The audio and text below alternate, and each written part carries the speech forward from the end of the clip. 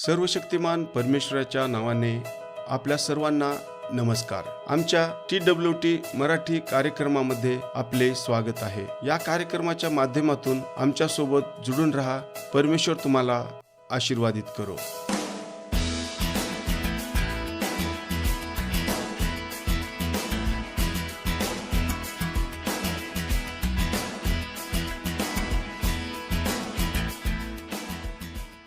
आजचे वचन अध्ययन बळीचा बकरा. आपल्या प्रभू येशू ख्रिस्ताची अनेक सुंदर नावे आहेत. तो ख्रिस्त मसीहा इमॅन्युएल आहे. तो मार्ग, सत्य आणि जीवन आहे. तो चांगला मेंढपाळ आहे. तो देवाचा कोकराही आहे. तो जगाचा प्रकाश आणि राजांचा राजा आहे. इतर अनेक सुंदर नावे आहेत जी त्याच्या कार्याची व्याख्या आणि वर्णन करतात, जसे की तारणहार, उद्धारकर्ता, प्रभू. यातील अनेक नावे स्वतःचे एक सौंदर्य आहे, परंतु एक असामान्य मार्गाने उभे असलेले लेवीय 16 मध्ये आढळते.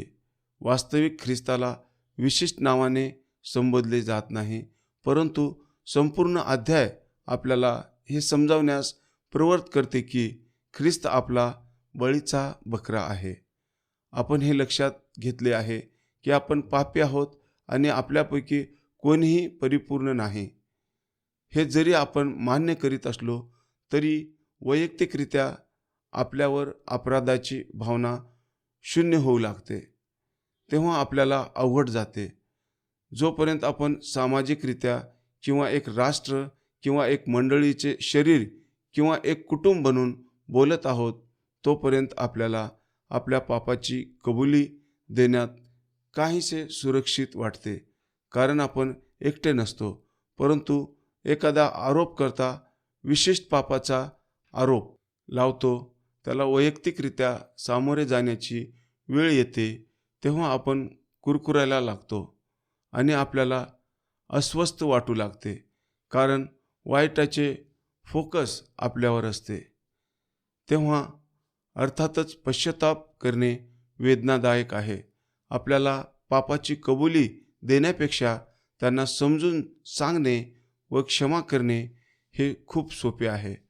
त्यांची कबुली देण्यासाठी नम्रता आवश्यक आहे आणि मनुष्याला साधारण नम्र व्हावे वाटत नाही. तयार केलेल्या पहिल्या 2 लोकांमध्ये असे आढळून आले की त्यांच्या पापाचा दोष इतरांवर लावण्याची देखील त्यांची प्रवृत्ती आहे. जसे जसे आपण आपला अपराध इतरांवर ढकलतो, आपण आपल्या वैयक्तिक अपराधापासून दूर जाण्याचा प्रयत्न करत असतो. आदाम आणि हवा पापात पडले तेव्हा त्यांना लगेच कळाले की काहीतरी बदलले आहे. त्यांच्याशी मैत्रीपूर्ण असणारा देव आता वेगळा वाटू लागला, कारण ते पापात पडले होते. आता त्यांना भीती वाटत होती व लाज वाटत होती. देवाने त्यांना येऊन बोलावले तेव्हा ते धावत झुडपात जाऊन लपले. आपली लाज लपवण्याचा त्यांनी व्यर्थ प्रयत्न करून त्यांनी पापापासून कपडे बनवले. जेव्हा देव त्यांच्या समस्येविषयी देव बोलला, तेव्हा आदामाने पश्चाताप करण्याऐवजी हवेचा बळीचा बकरा म्हणून वापर केला. तो म्हणाला, देवा, तू मला दिलेल्या स्त्रीचा सर्व दोष आहे. किंबहुना आदामाच्या उत्तरावरून कळते की तो देवालाच दोष दिल्याचे सूचित होत होते. शेवटी देवानेच त्याला स्त्री दिली होती. प्रत्यक्षात आदम म्हणत होता, ही माझी चूक नाही, मी तिला इथे ठेवले नाही. देवा, खरोखर तूच जबाबदार आहेस, मला दोष लावू नकोस. नंतर हवेकडे लक्ष केंद्रित करण्यात आले तेव्हा आपण पाहतो की तिने सुद्धा दोष स्वीकारण्यास नकार दिला आणि लगेच दुसरा बळीचा बकरा शोधण्याचा प्रयत्न केला. तिचा उद्देशही देवालाच दोष देण्याचा होता. ती म्हणाली, सगळा दोष सापाचा आहे, सापाने तिला फसवले. याचा अर्थ तिला दोषासाठी जबाबदार व्हायचे नव्हते. तेव्हापासून हीच एक प्रथा सुरू आहे. मानव सतत स्वतः अपराध स्वीकारत करण्यास नकार देत आहे आणि नेहमीच बळीचा बकरा शोधत आहे. लेवीय 16 मध्ये आम्ही प्रायश्चित दिवसाचा संदर्भ पाहतो, जो इस्रायली लोकांकडून वर्षातून एकदा साजरा केला जातो. त्यातील एक भाग 2 शेळ्याशी संबंधित आहे, असे आपण लेवी 16:4 मध्ये पाहतो. पहिला बकरा कापला गेला तेव्हा त्याचे रक्त शुद्धीकरणाचे प्रतीक म्हणून शिंपडले गेले. हे उघड होते की शेळी स्वतः निर्दोष होती. तीही त्याचे रक्त इस्रायलांच्या मुलांसाठी क्षमेचे प्रतीक बनले. पण दुसरी शेळी आपण 20व्या वचनात पाहतो. अहरोनाने प्रतीक म्हणून त्याचे हात दुसऱ्या शेळीच्या डोक्यावर ठेवण्यास सांगण्यात आले होते. असे करून त्यांना त्यांची पापे शेळीवर पाठवायचे होते. हे केल्यावर एका खास माणसाने शेळीला एका ओसाड रानात नेले व तेथे सोडून दिले. असे करण्याचा उद्देश स्पष्ट होता. आता लोकांची पापे पुसली जाणार होती व पूर्णपणे काढून टाकण्यात येणार होती. अशा प्रकारे या 2 शेळ्या आपला प्रभू आणि तारणहार यांचे दुःख आणि मृत्यूने तो आपल्यासाठी काय करणार आहे याचे प्रतीक बनले. आम्हाला शास्त्रात सांगण्यात आले आहे की आमचे पाप झाकले गेले नाहीत तर देवाच्या न्यायापासून वाचू शकत नाही. त्याला आपले विचार माहीत आहेत. इथे देवाकडून काहीही गुपित नाही. त्यामुळे आपली पापे दुसऱ्यावर ढकलणे मूर्खपणाचे आहे. खरे तर नीतिमान देवापुढे आपण हताश आहोत. यातून बाहेर पडण्याचा कोणताही मार्ग दिसत नाही. मग चांगली बातमी येते. आमचा बळीचा बकरा येशू ख्रिस्त बनतो. आपली पापे त्याच्यावर लादली जातात. हे अविश्वसनीय आहे, पण देव म्हणतो ते अगदी तंतोतंत आहे. आपली जागा घेण्यासाठी त्याने आपला पुत्र येशू ख्रिस्ताला पाठवले आणि असे करून त्यांनी आपली पापे स्वतःच वधस्तंभावर वाहिली आहेत. त्याच्या मृत्यूमुळे आमची पापे क्षमा केली गेली आहेत. दोषीसाठी त्याचे निरपराध रक्त सांडले. निष्पाप शेळीच्या रक्ताने त्याच्या पापाची क्षमा केली जाऊ शकते.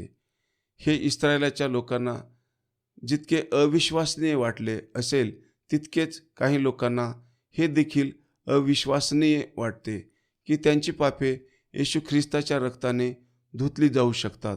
तरीही हे देवाचे वचन आहे. त्याच्या पुत्राच्या मृत्यूद्वारे आपले पाप क्षमा केले जाते. जर आपण त्याला आपला वैयक्तिक तारणारा म्हणून विश्वास ठेवलात. आपला बळीचा बकरा या नात्याने येशूने आपली पापे घेतली आहेत आणि ती आपल्यापासून दूर केली आहेत. ते कायमचे पुसले गेले आहेत. आता ते आपल्या स्वर्गातील पित्यापुढे येणार नाहीत. ते पूर्वेपासून पश्चिमेपर्यंत काढले जातात. त्यांना यापुढे आम्हाला त्रास देण्याची गरज नाही आणि यापुढे ते आमचे कोणतेही नुकसान करू शकतील अशी कोणतीही शक्यता नाही. जेव्हा प्रभू पापाची क्षमा करतो तेव्हा तो अपराधही दूर करतो. आपण नवीन मनुष्य आहोत. आपल्याला येशू ख्रिस्तामध्ये नवीन जीवन मिळाले आहे. त्याच्या पवित्र आत्म्याच्या सामर्थ्याने आपण आपले नवीनीकरण करून घेऊ शकतो आणि आनंदाने ख्रिस्ताच्या क्षमा आणि प्रेमाच्या दैनंदिन आश्वासनासह जीवन जगू शकतो. इस्रायली बळीचा बकरा चुकून कधी ओसाड वाळवंटातून परत गेला की नाही हे आम्हाला कधीच सांगितले जात नाही. वाळवंटातील एका गावात अशी अचानक कोणती शेळी आल्याची कोणतीही नोंद नाही. पण असे घडले असावे हे निश्चित आहे. आपला बळीचा बकरा येशू ख्रिस्ताच्या काही अपघाती कार्यक्षमतेची भीती बाळगण्याची गरज नाही. त्याने आमची पापे कायमची काढून टाकली आहेत. त्यांची क्षमा निश्चित आणि अंतिम आहे. जर तुम्ही त्याच्यावर विश्वास ठेवाल तर तुम्हाला अनंतकाळचे जीवन मिळेल आणि जर तुम्ही पित्याच्या सिंहासनासमोर त्याच्या रक्ताचे कपडे घालून आलात तर तुम्हाला अनंतकाळच्या तारणाची खात्री मिळेल. हे लक्षात घेऊन यशाया 53 वाचा. परमेश्वर करो या वचनाच्याद्वारे तुम्हाला आशीर्वादित करो. आपण प्रार्थना करूया. सर्वशक्तिमान परमेश्वरा, आम्हीही त्या शेळ्या बकऱ्यावर आमची पापे लादत होतो व त्यांना बळीचा बकरा बनवत होतो. पण तू आमच्या जीवनात आलास. आम्हाला तारण व उद्धार देऊन सार्वकालिक जीवनाचे वारीस बनवलेस. तुझे आभार मानतो. तू आमचा बळीचा बकरा झालास व आम्हाला मुक्त केलेस. तुझे आभार मानतो. प्रार्थना येशूच्या नावात करतो म्हणून आहे. आमेन.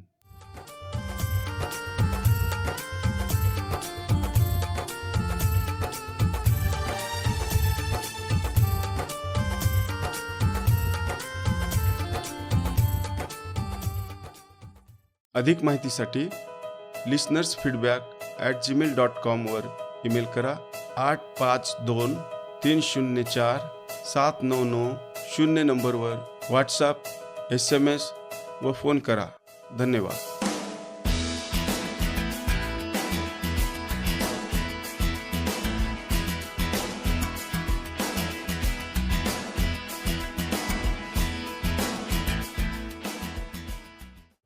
तेरे मैं कुछ भी